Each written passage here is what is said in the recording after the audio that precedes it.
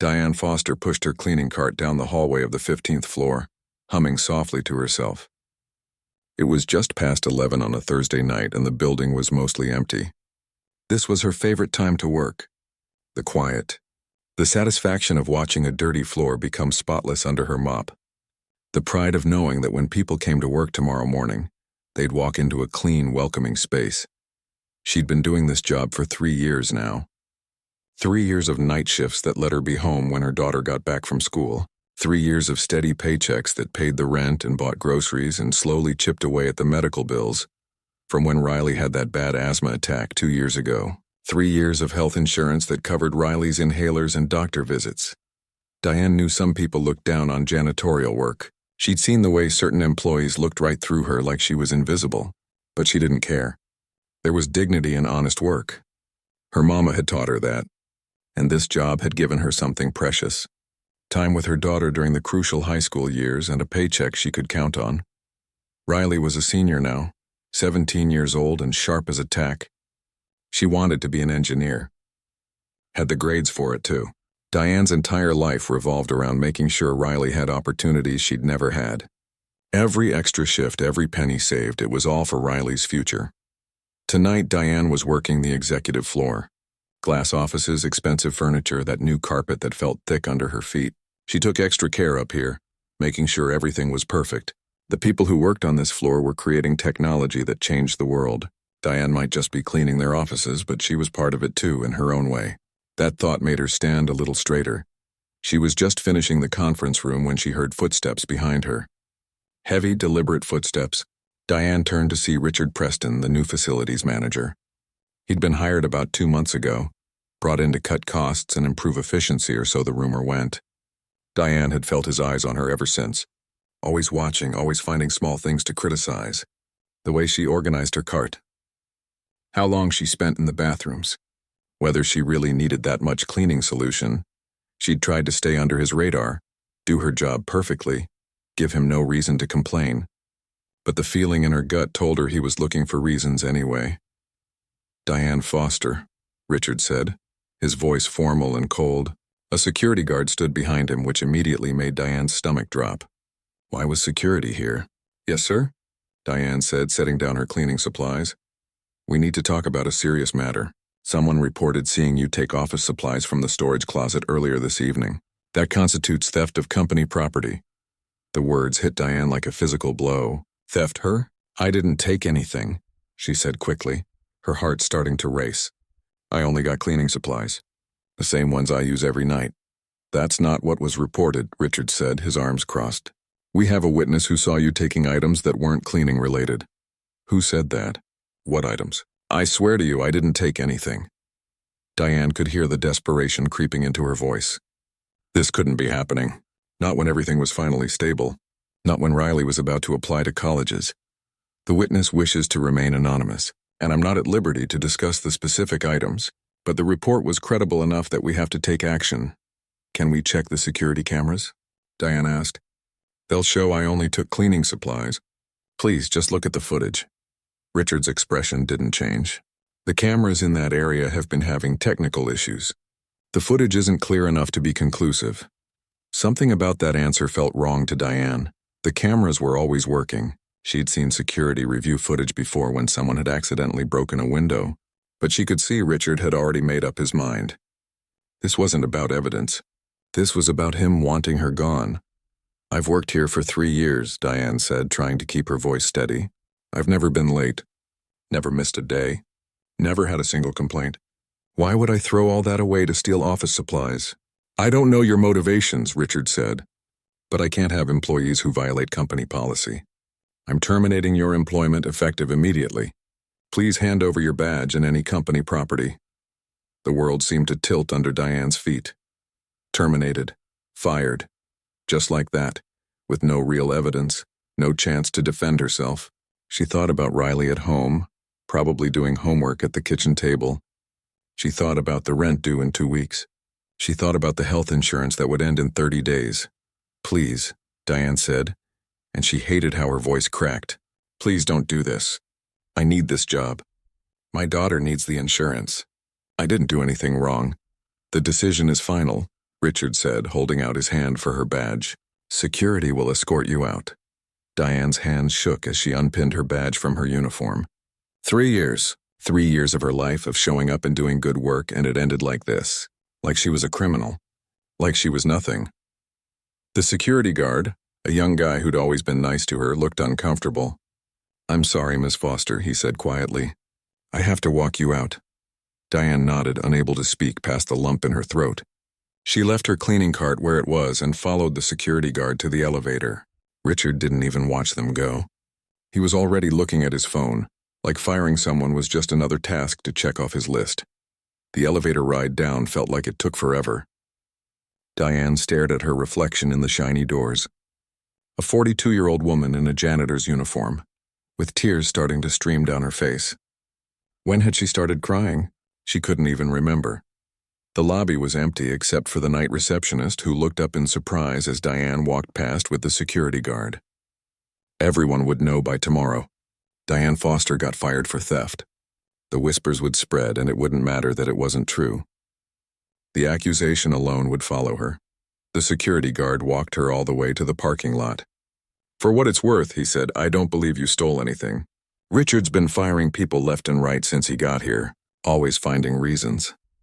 Thank you, Diane whispered. At least someone believed her. But it didn't change anything. She was still fired, still unemployed, still facing disaster. She sat in her car for a long time, gripping the steering wheel, trying to breathe. The panic was rising in her chest like a wave. How would she tell Riley? How would they survive? She had maybe $300 in savings. Rent was $800 a month. Groceries, utilities, Riley's medication. The college application fees that were coming up. The SAT prep course Riley needed. It all required money. Money from a job she no longer had. Diane pulled out her phone with shaking hands. She needed her mama. Needed to hear that strong, steady voice that had guided her through every crisis in her life. She dialed the number and waited, tears blurring her vision. Baby? Her mother's voice came through, concerned.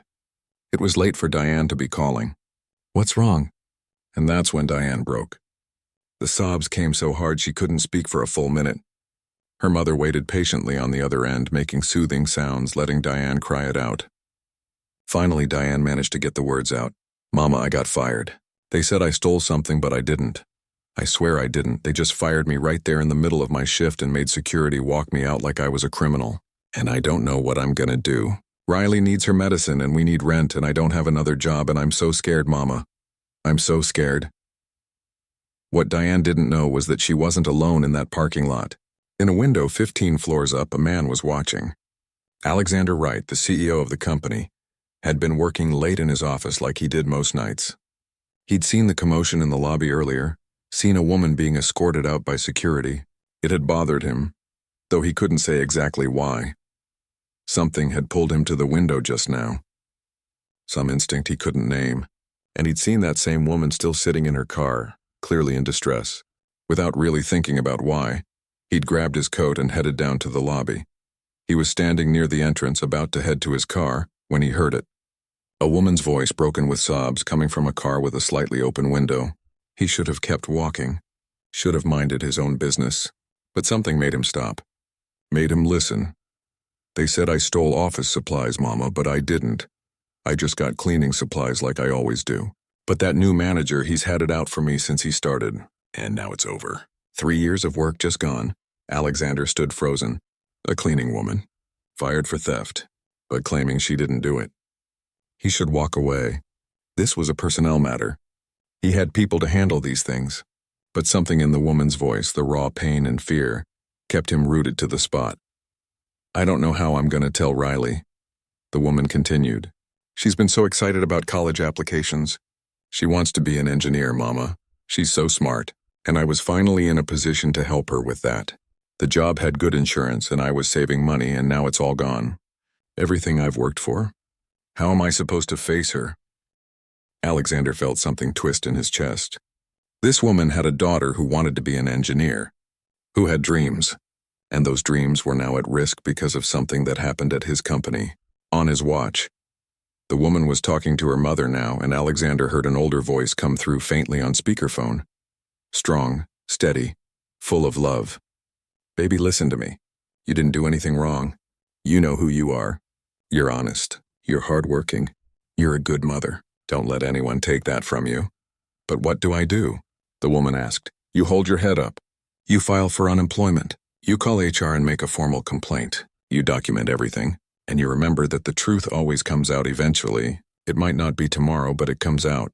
Then the older woman said something that hit Alexander like a punch to the gut. These rich people, baby, they don't care about folks like us. We're just numbers to them, invisible, but God sees. He always sees. And your worth isn't determined by whether some manager believes you or not. The call ended. The woman sat in silence for a few more minutes, then started her car and drove away. Alexander stood in the parking lot, her words echoing in his mind. We're just numbers to them, invisible. Was that true? When had he last spoken to anyone in janitorial services? When had he last even noticed them? They cleaned his office every night, and he'd never once stopped to learn their names or thank them for their work. Alexander pulled out his phone and sent a message to his head of HR. First thing tomorrow morning. I need the file on a janitor who was fired tonight. Name is Diane Foster. I want to know everything about why she was terminated. Then he got in his car and drove home to his penthouse apartment, but he couldn't sleep. He kept hearing that woman's voice. The fear, the desperation, the sound of someone's life falling apart. And he kept hearing her mother's words. These rich people don't care about folks like us. Maybe it was time to prove that wrong. Or maybe it was time to admit it was true and finally do something about it. Diane didn't go straight home. She couldn't face Riley yet. Couldn't walk through that door and pretend everything was okay. So she drove around aimlessly for an hour, her mother's words playing on repeat in her mind. Hold your head up. You didn't do anything wrong. The truth always comes out, but what if it didn't? What if the truth stayed buried under Richard Preston's lies and nobody ever cared enough to look? Diane had seen it happen before. People like her didn't win against people like him. The system wasn't built for her to win. By the time she pulled into her apartment complex, it was almost 1 a.m. The lights were off in their unit. Good. Riley was asleep. Diane could put off the conversation until morning. She let herself in quietly, kicked off her shoes and collapsed on the couch without even changing out of her uniform.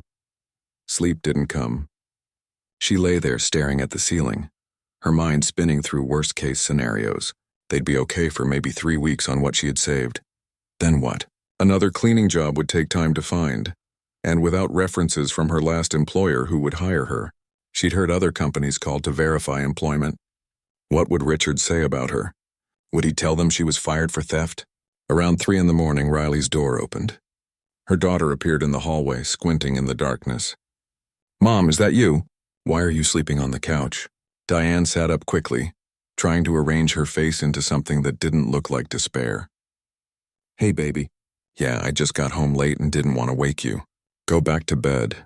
But Riley was 17 and too smart to be fooled. She came into the living room and sat on the couch next to her mother. In the dim light from the street lamp outside, Diane could see concern on her daughter's face. What's wrong? Did something happen at work? Nothing, sweetie. I'm just tired. Mom?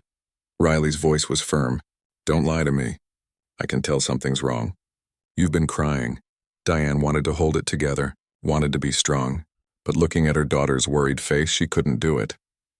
The story came pouring out. The accusation, the firing, the humiliation of being escorted out by security, all of it.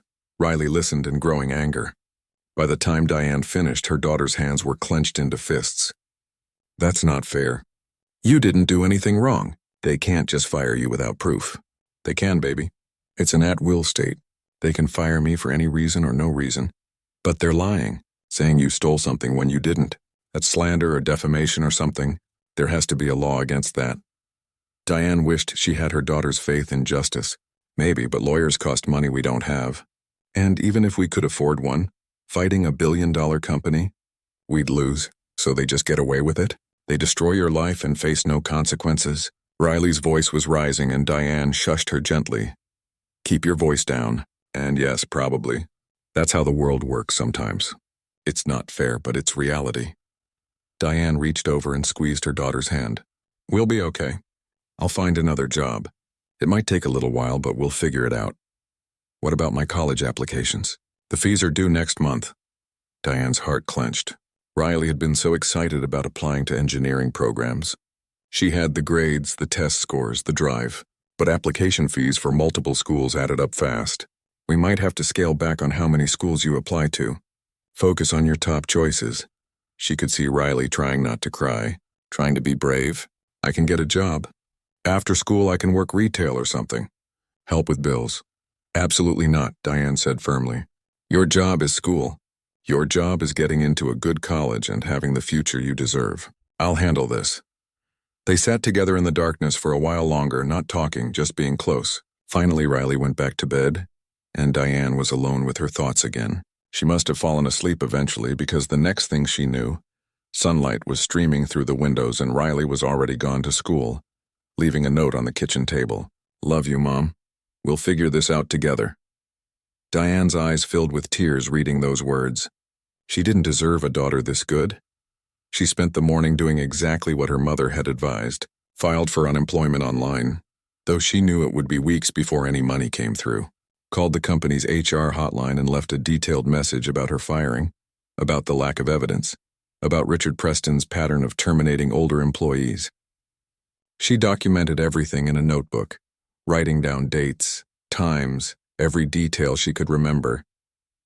But even as she did it, Diane felt hopeless. What difference would it make? Some HR person would file her complaint away and nothing would change. Richard would hire someone younger and cheaper to replace her, and life would go on. Just not her life. Around noon, her phone rang. Unknown number. Diane almost didn't answer, but something made her pick up. Hello? Is this Diane Foster? A woman's voice, professional and crisp. Yes, this is she. Ms. Foster, this is Patricia Coleman from Wright Technologies Human Resources. I received your message this morning, and I need to inform you that your complaint is being taken very seriously. We're conducting a full investigation into your termination. Diane sat up straighter. An investigation? Yes, I can't share details, but I want you to know that leadership is personally reviewing your case. We should have more information within 48 hours. In the meantime, your health insurance will remain active during the investigation period. I don't understand, Diane said slowly. Why would leadership care about a janitor being fired? Patricia hesitated. I really can't say more at this time, but please keep your phone available. Someone may need to contact you for further information. The call ended, leaving Diane staring at her phone in confusion.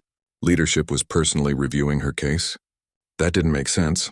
People at that level didn't involve themselves in terminations of hourly workers. Something weird was happening, but Diane couldn't figure out what. What she didn't know was that at that exact moment, Alexander Wright was sitting in a conference room with Patricia Coleman and his legal team, watching security footage from the night of Diane's firing. He'd been up half the night reading her personnel file, and what he'd found had made him furious. The footage showed exactly what Diane had said. She went to the supply closet, took cleaning supplies, bottles clearly labeled as floor cleaner, glass cleaner, and disinfectant, and returned to her cart. Nothing else. No office supplies. No theft of any kind. Just a woman doing her job exactly as she'd done it for 3 years. So the accusation was completely false, Alexander said, his voice cold. She was fired for something she didn't do. Patricia looked uncomfortable. It appears that way, yes. It doesn't appear that way. It is that way. The footage is clear. Alexander fast-forwarded through more footage. And look at this. 2 days before Diane was fired, here's Richard Preston going through employee lockers. What authorization did he have to do that? None that I'm aware of, Patricia admitted. Alexander's jaw tightened. Pull Preston's complete employment record. I want to know everything. How many people he's fired, who they were, why they were terminated. I want to know about this staffing agency connection I've been hearing about, and I want to know why HR approved these terminations without proper evidence. His legal team exchanged glances. One of the lawyers spoke up. Sir, if we're going to investigate this thoroughly, we need to be prepared for what we might find. If there's been systematic discrimination or improper terminations, the company could face significant liability. Then we face it, Alexander said flatly. I'm not going to cover up wrongdoing to protect the company's image. If we've been treating people unfairly, we fix it. Starting with Diane Foster. He turned back to Patricia. I want her job offer reinstated by end of business today, with back pay for the time she missed. And I want a personal apology. Not from you. From me. Patricia looked shocked. You want to apologize personally? Sir, that's not typically how. I don't care what's typical. A woman lost her job and her livelihood based on a lie. That happened at my company under my watch. The least I can do is apologize in person. Over the next several hours, Alexander dove deeper into the investigation. What he found made him sick. Richard Preston had fired 5 employees in 2 months. All of them were older women. 3 were women of color. All had been replaced with younger workers from a staffing agency that, it turned out, was owned by Richard's brother-in-law. It was a scam. Fire experienced employees on flimsy pretexts. Replace them with cheaper workers from the family business. Probably get a kickback for each placement. And HR had rubber-stamped it all because nobody was paying attention. Because Alexander hadn't been paying attention. He'd been so focused on product development and market expansion that he'd ignored what was happening to the people who actually kept his company running. The people who cleaned the offices and maintained the building and did all the invisible work that made everything else possible. By late afternoon, Alexander had made his decision. He called Patricia back to his office. I want Richard Preston terminated immediately. Security should escort him out, and we should consider whether to pursue legal action for fraud. I want all 5 women he fired contacted and offered their jobs back with full back pay and a formal apology. And I want a complete overhaul of our termination policies. From now on, every hourly employee termination requires director-level approval and documented evidence. Patricia nodded, taking notes. And Diane Foster specifically? I'll handle that personally. What's her address? Patricia looked startled. Her address? Sir, we can't just give out employee addresses. Privacy regulations. It's in her file that you're currently showing me, Alexander pointed out. I'm not asking you to give it to me. I'm looking at it right now, and I'm choosing to go speak with her in person because she deserves a face-to-face apology, not a phone call from HR. Sir, with respect, is that wise? Going to an employee's home? Probably not, but it's the right thing to do. Alexander grabbed his coat. And Patricia?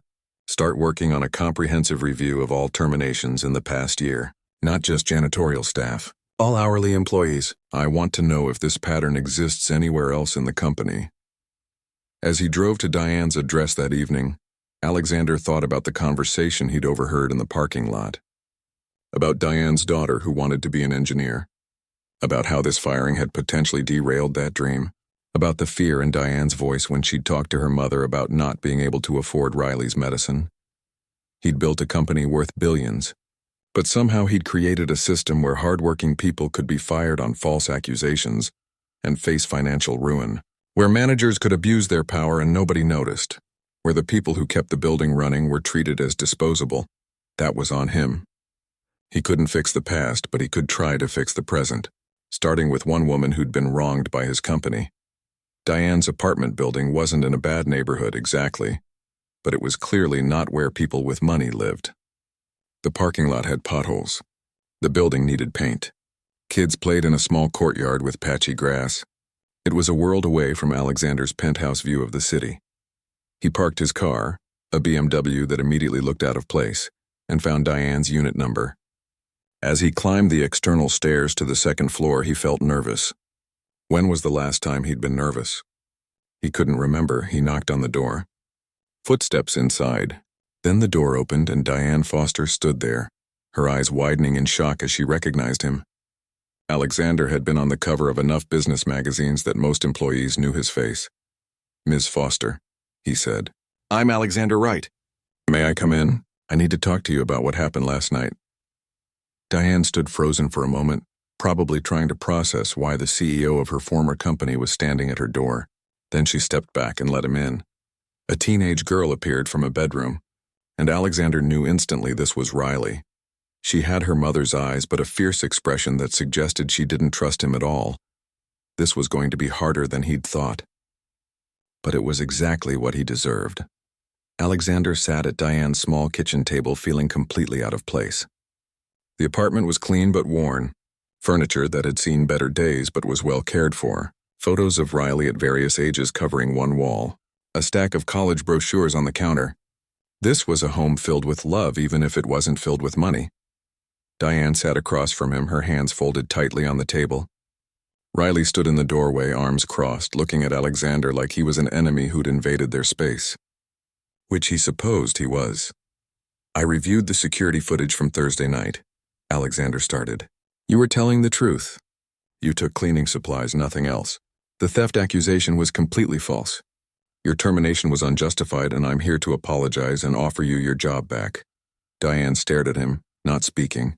The silence stretched out uncomfortably. Finally, Riley spoke up, her voice sharp. That's it? You fire my mom based on lies. Make her think we're going to lose everything, put her through hell for 2 days, and now you show up and say sorry. Come back to work? Riley, Diane said quietly, but Alexander shook his head. No, she's right to be angry. What happened to you was wrong, Ms. Foster, completely wrong. And I'm not just offering your job back.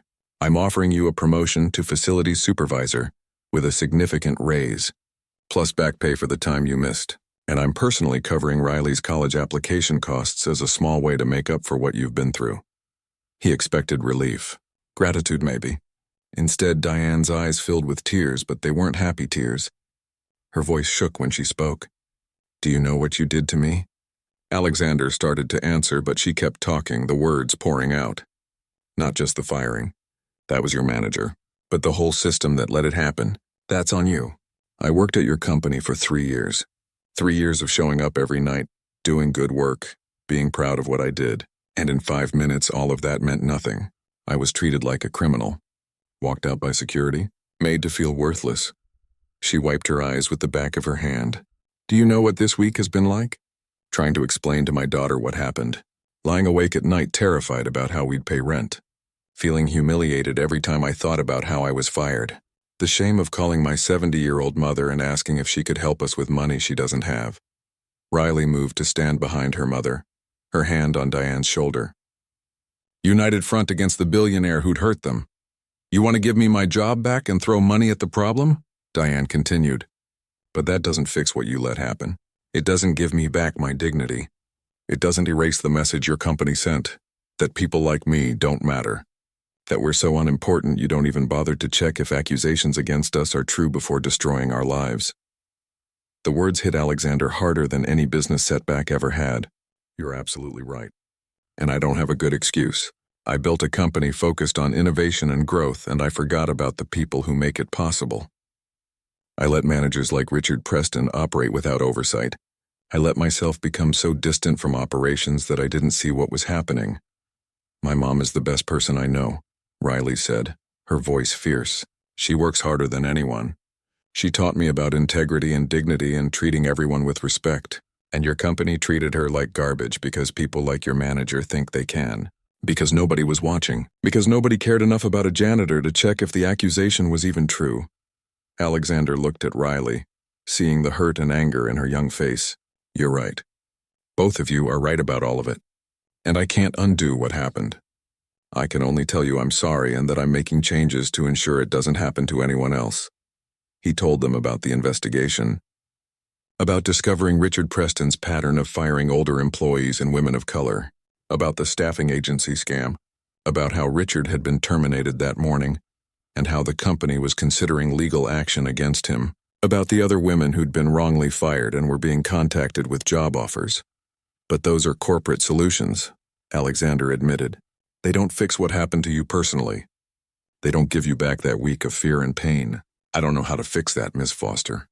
I can only ask what I can do to try to make it right. Diane was quiet for a long time. Then she said, I need to think about it. About whether I even want to come back to a place that treated me that way. I understand. Take whatever time you need. Your health insurance will stay active while you decide. And regardless of whether you come back, I want to cover Riley's college costs. That's not contingent on anything. It's just the right thing to do, Riley spoke up. We're not a charity case. I never said you were, Alexander replied. Your mother's work helped build my company. She deserves better than what she got. And you deserve to pursue your dreams without them being derailed by my company's mistakes. He stood to leave, pulling a business card from his wallet. But instead of handing it to Diane, he wrote something on the back. This is my personal cell phone number. I never give this out, but I'm giving it to you. If you need anything or if you want to talk more, call me directly. Day or night.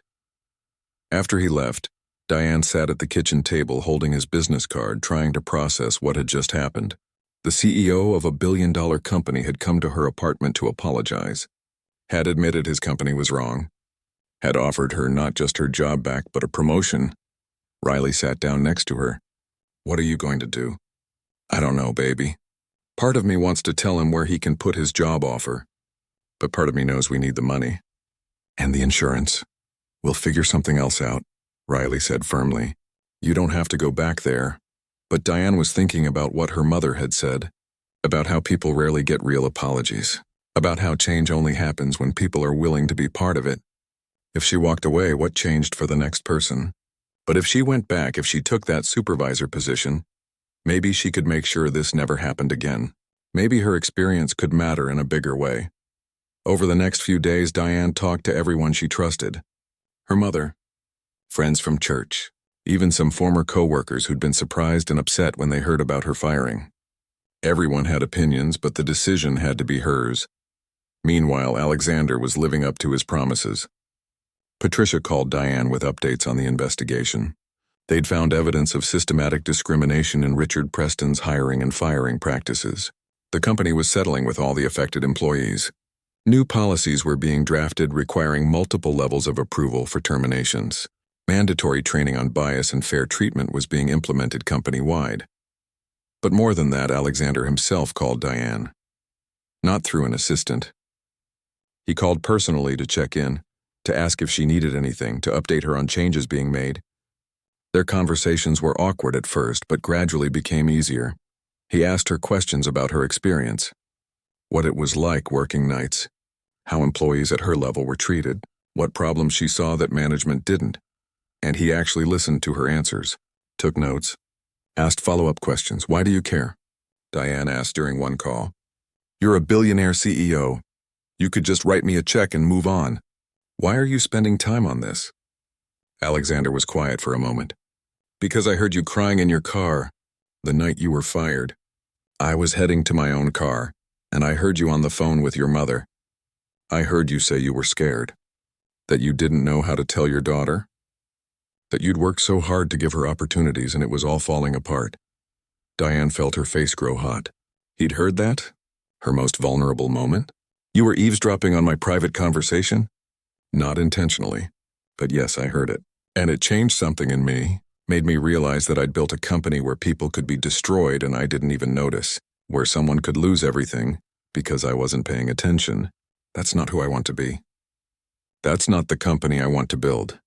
"So I'm your conscience project?" Diane asked, a edge in her voice. "No. You're someone I wronged and I'm trying to make it right. But you're also teaching me things I should have known all along, about what it's really like to work at my company, about the blind spots my privilege creates, about how to build something that treats everyone with dignity." 1 week after the firing, Diane made her decision. She called Alexander's personal number. "I'll come back, but I have conditions." "Name them." "I want to be involved in creating the new policies for hourly employees. I want a seat at the table when decisions are made that affect people like me. And I want your promise that if I see something wrong, if I speak up about unfair treatment, I won't face retaliation." "Done. What else?" "I want to train managers and supervisors on how to treat hourly workers with respect. Not just a class they sit through. Real training, with real consequences if they don't change." "Agreed. Anything else?" Diane took a breath. "I want to meet with you every month, just us, so I can tell you what's really happening in your company, the things people at my level see but management doesn't. Can you commit to that?" "Yes, every month. I'll put it on my calendar as a standing meeting." "Is that everything?" "One more thing. Riley wants to write an email to your company. About what happened. About what it meant to her to watch her mom go through this. I told her she should wait, but she's determined. She's going to send it whether I come back or not. I wanted you to know." Alexander was quiet. Then he said, "I hope she does send it. And I hope she doesn't hold back. Sometimes the truth hurts, but we need to hear it anyway." 3 days later, Riley's email landed in Alexander's inbox. His assistant had forwarded it with a note saying she thought he needed to see it. Alexander read it twice, then a third time, each word hitting him like a physical blow. Riley wrote about watching her mother's spirit break, about learning that hard work and integrity might not be enough, about wondering what the point was of being good and honest when bad people could destroy you anyway. She wrote about her own dreams of being an engineer and how they almost died because someone decided her mother was disposable. The email ended with a question that made Alexander put his head in his hands. My mom taught me that everyone deserves respect regardless of their job. She taught me that character matters more than money. But your company taught her that none of that is true, that she's worthless, disposable, a number that can be erased without a second thought. Which lesson should I believe? Alexander sat with that question for a long time. Then he did something impulsive. He looked up Diane's address again, got in his car, and drove across town. It was Sunday morning, and he had no plan beyond a need to talk to this family in person, to answer Riley's question, to figure out how to be better than he'd been. When Diane opened the door and saw him standing there, surprise crossed her face. Then something else. Not quite forgiveness, but maybe acceptance, maybe the beginning of trust. I read Riley's email, Alexander said. Can we talk? Diane stepped aside and let him in. Riley appeared from her room looking both defiant and uncertain. And Alexander realized this was the real work. Not drafting policies or settling lawsuits, but sitting at this kitchen table with this family and figuring out how to rebuild trust that should never have been broken in the first place. I don't have all the answers, Alexander said to both of them. But I want to learn. I want to be better. And I want your help doing that, both of you. It was the most honest thing he'd said in years, and judging by the way Diane's expression softened slightly, it was exactly what she needed to hear. The real work was just beginning, but at least they were beginning it together. Diane went back to work 2 weeks after her firing. Walking through those doors felt surreal. The security guard who'd escorted her out looked relieved to see her return. Good to have you back, Ms. Foster. Knew that whole thing was wrong. But she wasn't going back as a janitor. She was now the facility supervisor, which meant an office, a salary instead of hourly wages, and actual authority over hiring and termination decisions. It felt strange. Good, but strange. Like wearing shoes that fit but were still new enough to pinch a little. Her first day back, Patricia from HR gave her a tour of her new workspace and walked her through her new responsibilities. Then Patricia said something unexpected. Mr. Wright wants to see you at 2. In his office, Diane's stomach flipped. She'd talked to Alexander on the phone several times now, and once more at her apartment when he'd showed up to talk about Riley's email, but going to his office felt different. Official, intimidating. At exactly 2 o'clock, Diane stood outside the CEO's office on the top floor.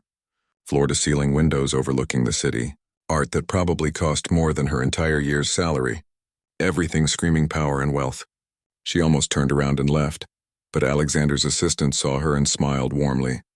Ms. Foster? Go right in. He's expecting you. Alexander stood when she entered, coming around his massive desk to shake her hand. Diane, thank you for coming. Please sit.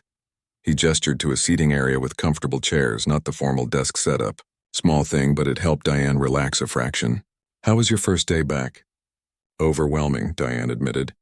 I went from cleaning offices to having my own office in 2 weeks. Still processing it. Alexander smiled, but it didn't quite reach his eyes. He looked tired. I wanted to talk to you about something. I've been doing a deeper dive into company operations since your situation came to light. Looking at patterns I should have seen years ago. And I've found some troubling things. He pulled out a folder and opened it. In the past 3 years, we've had a 30% turnover rate among hourly employees. Industry average is 15%. When I looked at the demographics of who's leaving, there's a clear pattern. Older workers, women of color, people with families. They're leaving at twice the rate of young, single, white employees.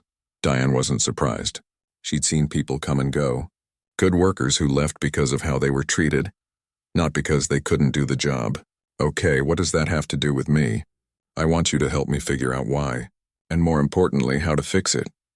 Alexander leaned forward. You know this company from a perspective I never will. You've seen how decisions at my level affect people at yours. You've experienced the problems firsthand. I need that knowledge.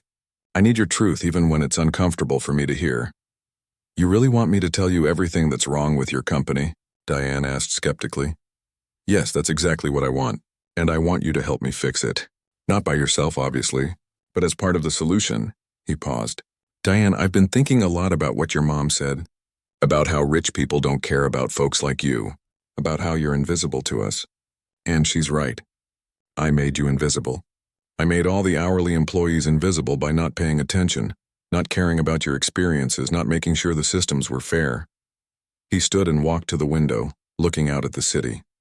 I built this company on the idea of innovation, creating technology that improves lives, but I forgot that improvement starts here, with how we treat our own people. What's the point of changing the world if I can't even ensure basic fairness in my own building? Diane found herself softening despite her wariness. So what do you want from me specifically? Truth, honesty, and your expertise on what it's really like to work here when you're not in a corner office. I want you to be part of leadership meetings when we discuss employee policies. I want you reviewing manager performance from the perspective of how they treat their teams. And I want our monthly one-on-ones to be sacred. No cancellations, no distractions. Just you telling me what I need to hear, even if it makes you uncomfortable, especially if it makes me uncomfortable. That's where growth happens. Over the next few months, Diane did exactly that. She attended leadership meetings where executives discussed employee retention and productivity.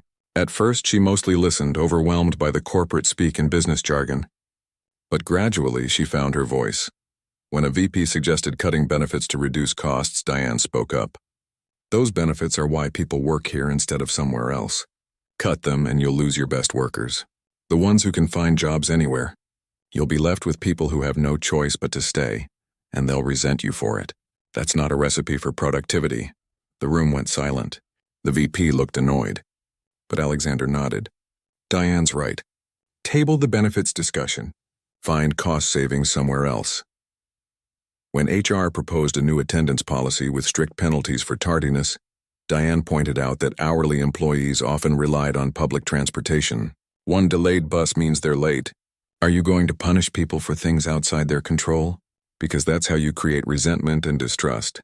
The policy was revised to be more flexible, with provisions for transportation issues and family emergencies. When facilities wanted to cut the night janitorial staff and switch to a cheaper contracted service, Diane fought back hard. You'll save money in the short term, but you'll lose institutional knowledge. You'll lose people who care about this place, and your building will show it. False economy.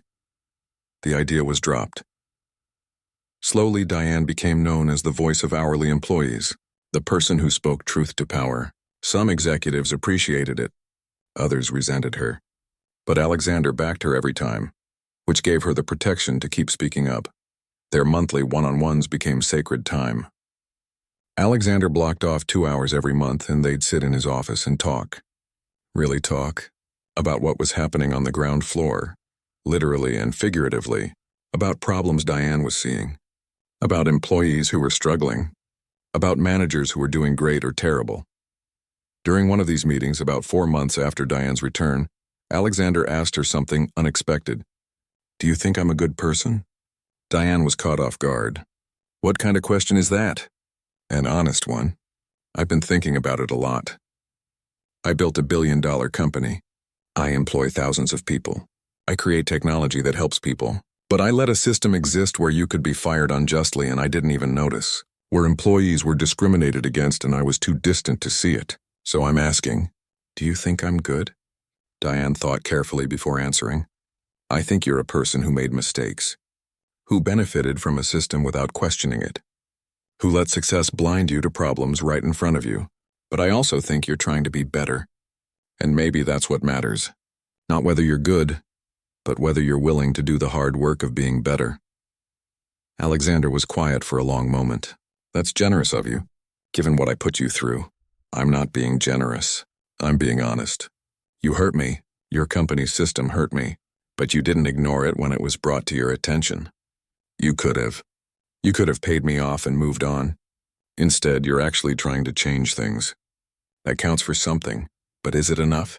I don't know, Diane said honestly. Ask me in a year. Ask the employees who are still here. Ask the ones who might have been fired unfairly, but won't be now because of the changes you're making. They'll tell you if it's enough. Around this time, Riley was working on college applications. True to his word, Alexander had set up an account covering all her application fees, SAT prep courses and testing costs. Riley had been reluctant to accept it at first, but Diane had convinced her. This isn't charity. This is compensation for what his company put us through. Take it. One evening, Riley showed Diane an essay she'd written for one of her applications. The prompt asked about overcoming adversity. Riley had written about watching her mother get fired unjustly, and about how that experience had taught her about injustice, resilience, and the importance of fighting for what's right. Diane read it with tears in her eyes. Her daughter had turned their worst moment into something powerful, into a lesson about character and integrity. This is beautiful, baby. Do you think I should send it? Or is it too personal? Send it, your story matters, and you tell it well. When Riley got her acceptance letters months later, she got into every school she applied to, including her dream school, a prestigious engineering program that usually only accepted 5% of applicants. She'd earned it through her own brilliance and hard work, but the essay about her mother had likely helped. Alexander heard about Riley's acceptances and called Diane personally to congratulate her. Your daughter is remarkable. You should be so proud, I am. Every single day. I hope she knows that what happened to you, as terrible as it was, led to changes that will help a lot of people. That's not to justify it, but maybe it means something that good came from it. Diane had thought about that a lot, about how her firing had exposed problems that might have continued for years otherwise, about how other employees were being treated better now because of what she'd gone through. It didn't erase the pain, but it gave it meaning. 6 months after Diane's return, Alexander called a company-wide meeting. All employees, from executives to hourly workers, gathered in the main auditorium. Diane sat in the front row at Alexander's request, nervous about whatever this was. Alexander took the stage and talked about the company's journey over the past months, about mistakes that had been made, about systems that had failed employees, about the need to do better. Then he did something Diane wasn't expecting. He asked her to come on stage. Diane's heart hammered as she walked up to join him. What was he doing? Many of you have heard rumors about changes in company policy over the past 6 months, Alexander said to the crowd. About new oversight for terminations, about better benefits, about efforts to create a more equitable workplace. What you might not know is that these changes came about because of one person's courage, because Diane Foster was brave enough to speak truth, even when that truth was uncomfortable. He turned to Diane. 6 months ago, this company failed you. A manager fired you based on false accusations, and our system allowed it to happen. Diane would have had every right to sue us, to take a settlement and move on. Instead, she came back. She agreed to help us be better. And because of her, we are better. The applause started slowly, then built. Diane felt her face grow hot. She hadn't expected this, didn't want to be in the spotlight like this. But Alexander gestured for her to speak.